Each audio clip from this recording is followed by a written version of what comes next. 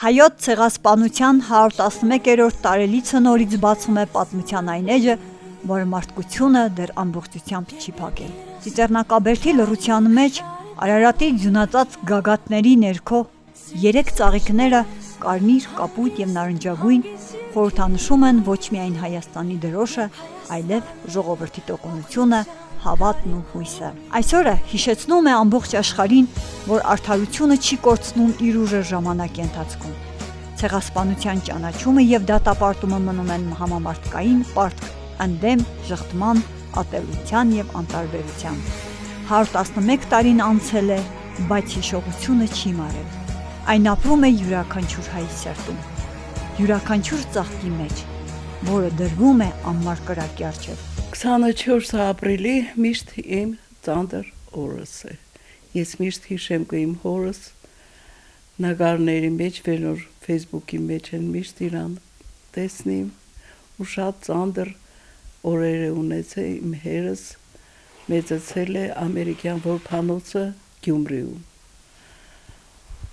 Ինքը ոչ մեկը չի ունեցել։ Ես միշտ ուզեցել ենք գտնել մենք մեր ընտանիքով ուզեցել ենք իրան երկու աղբեր ունեցել, հորը մորս բանել են, ինքը եղել է Ղարսու վիլայեթին Փարգիտ գյուղից, բայց Փարգիտ գյուղը հիմի չկա, դաժե Քարտեզին վրա չկա Թուրքիայի, ուրիշ երևի անուն ունի, Փարգիցի մարդ չեմ տեսել, մենակ մեծ Փարգիթեն խոսել եմ Խոդիկյան Հայաստանի մամային հետ, ինքն է եղել Փարգիցի, բայց ինքն է մեկ հոգի եղել, Չիգրաշեն է նշանվել, էդիկ ուրիշ պատմություն։ Բաբայիս հետ եղել է գանիկն, որ մենք խորքուր կսեինք, ինքը ապրել է Հեշտյա ու միշտ կապ ենք ունեցել, խորքուրս է կոչվել, ինքը մի աղջիկը ունիր, աղջիկանը հետա մենք կապ ունենք իրան թորին հետա կապ ունենք ու խորքուր կհամարենք, ենտոր իրար հետ են մեծը, հերս էլ ոչ մեկը չի ունեցել։ Անգեր ունեցել է, անգերım ունեցել է Անդրեասյան ազգով, Երևան է ապրել, Երևանից չիտեմ ինքը այսինքն կուքար, մեր տունը միշտ կուքար, իրանք ինքան սերտ կապ են ունեցել, ես իմ աղբորը այդքան չէր բաներնի, ինչքան որ իրանք մինչև լույս խոսեինք իրար հետ։ Անդրեասյանը եղել է ֆուտբոլի կոմենտատոր, հիմի չդեմ, չեմ կապ չունիմ։ Շիրազին հետ է մեծացել, էլ Սարյանն է գրել իրանց մասին, դե բաբաս շատ չէր սիրել իրան բաները պատմել, պրոստը պատմել, որ ինքը երկու աղբեր է ունեցել, երկու աղբորով հորողբորը կանգաննա, այս բանը իրան հորնա, մորնա, գիշերով փախել են հորողբորը հետ, եկել են մետեղը կայնել են, որ ադոլ ուտեն, հորողբարը շատ հոգնած եղե պարկել է, ասկարներ սավանել են իրանա, իրանք թաղել են, դալշը քնացել են, հասել են Թիլվիզ քաղաքը հասել են, որնա շատ անոթի են եղե, ինքնալացել են, ինքը փոքրն է եղե։ Լացել է, այս միսիաներները հավաքել են Ամերիկայի, հավաքել են երեխոսը, որ հայ երեխաներուն, իրան հասնել են, ասել են, որ դու մենա, կոնը դու սաղ մենաս, մենք չիտենք ինչ կլինք, բայց քեզի կդնենք, մենք գիտենք ուր ենք հասնել, դե Թիլվիզու երևի Գյումրի են տեղափոխել, հետև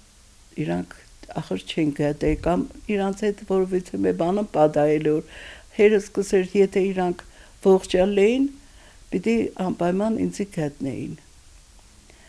բայց մենք չէինք հաշտվի էլի կաշեինք կարող է իրանք էլի երեխա են ունեցել էլի մամայիս կողմեն ավոյաններում կողմեն մենք գտանք իրանք կապրեին բաբիս աղբորը թախումով կապրեին Սոխում, Սոչի հեմի կան, բայց բաբայիս կողմեն ոչ մեկը չգտանք, ճիշտ է քավոր ունիր, բայց ես չիտեմ, ես չեմ շփվել քավորին հետ ու չեմ հիշե կարող է իմ հերս մերս ունեցել են կապ, բայց ես չեմ հիշել։ Բաբաս եղել է շատ կարագետ մարդ, շատ, ինքը խոսել է մեր բարբարով չէ խոսել, լավ կարագան լեզվով գխոսեր, մեզի սորվեցներ կկաշտալ, ինքը առաջ ինքը կկաշտար մեզի գարկեր, բայց հետև ստիպեց սավ դուք կաշտացեք, դուք հայ եք, դուք գիտնակ մեր հայկական լիզուն, դա մենք մեր բարբարով գխոսենք, ինքը չէր սիրե մեր բարբարով խոսել, ինքը խոսեր ինքը անգել է այստեղ ճիստը ինչ ասեմ ավարտել է կաթի գործարանի բան է եղել Իրան անգել հենց Անդրեասյանը եկել է այստեղ ինքն է ավարտել բայց շուտ է եկել այստեղ բաբայս էլ այնքան լավ տեղ է մանդարին կբուսնի հաղող կբուսնի բաբաս քուքամ հեչ մեմ բանում ծառım չկա եկել է Գարելովկա այդ Գարելովկայի զավոդ բաբս ավոյան բաբս մամայիս երը այդտեղ աշխատել է ու բաբասա սկսել է այդտեղ աշխատել նու բաբս տեսել որ շնորհքով տեղա է իրան աղջիկանը տվել է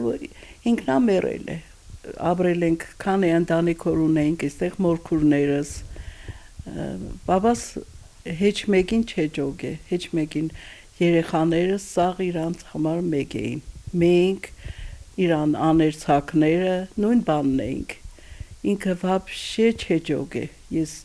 չեմ տեսոր իմ բաբասը որ դոնք իմ օնքուս չեն նաբարոտ ամենը մետեղում սորվեինքը սաղին պիտի փարաջամփեին ինքը քուքարկսեր եբրաքսիա փողը ուղարկել ես ռոբերտի փողը ուղարկել ես կամ մեգալին կամ մեգալին հիմի մնացել է մորքուրս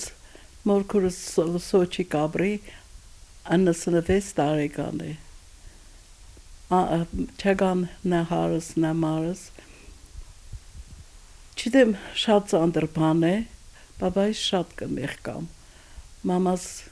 լավ կյանքով է ապրել քանի որ բաբաս շատ լավ մարդ էր մենք լավ ենք ապրել իրան քուրերուն աղբերներուն սաղին աշել էին բաբաս так что հեչ մի բադ բանը մենք չենք տեսել թե ինչ ասեմ մենակ այն որ ինքը եղել է որբ էդիկ շատ ծանր բան է կուզեի որ գոնե մեկը ինչ որ թորի թոր կամ ինչ որ մեկը մեզի մոդիկալիր ես գիտնայի որ էդիկ իմ հարազատս է բաբայս կողմեն ոչ մեկը չունի 1915 թվականի ապրիլի 24-ը հայ ժողովրդի համար դարձավ իր ողջ պատմության ամենասարսափազդու էջերից մեկը, որը գրվեց այրյամբ։ Անցել է 111 տարի։ Սակայն ցեղասպանությունը վերապրած վկաների ժառանգները եւս հիշում են ու սարսափով պատմում այս ամենը։ Որփացած ժողովուրդ, սփռված աշխարհով մեկ, ու մինչ օրս հարազատ հոգիների փնտրտուքներով։ Մեր պատմությունը սկսվում է պապիս պատմածներից, թե ոնց է ինքը գաղթի ժամանակ տեսնելով ոնց են սպանում իր ծնողներին եւ հորեղբորը, երկու եղբայրների եւ հորեղբոր կնոջը ներողություն եւ հորեղբոր հետ փախչում են։ Ճանապարհին թուրք զինվորները սպանում են նաեւ իր հորեղբորը, հետո ոտքով հասնում են Թիֆլիս։ Դեսով է լինում, ոչինչ չունեն, ստիպված են լինում անգամ հացը գողանալ, այսպես եղբայրները որոշում են կայացնում իրեն հանձնել միսիոներներին ամենափոքրին, որպեսզի նա սովամահ չլինի ճանապարհներին, հանձնում են միսիոներներին, այդտեղից նա գալիս է Հայաստան եւ մանկատներից ամենամեծում է մեծացել Գյումրիի մանկատանը 4 երեխա է ունեցել 13 թոռներ հետաքրքիր կյանք է ապրել բայց եւ այնպես չի կարողացել ամբողջ կյանքում գտնել իր եղբայրներին ինչ որ ժամանակահատվածում էլ հիասթափվել է ասելով որ նրանք էին մեծ իրենք պետք է գտնեին իրեն Որփանոցում իրեն գրանցել են որպես 13 թվի ծնված եւ պայմանական ամսաթիվ են վերցրել Սուրբ Ծննդյան օրվա հետ կապված 6 հունվարի 22 թվականին ես եւ եղբայրս որոշեցինք վերսկսել պատմությունը, փնտրտուքները եւ եկանք ազգային արխիվ։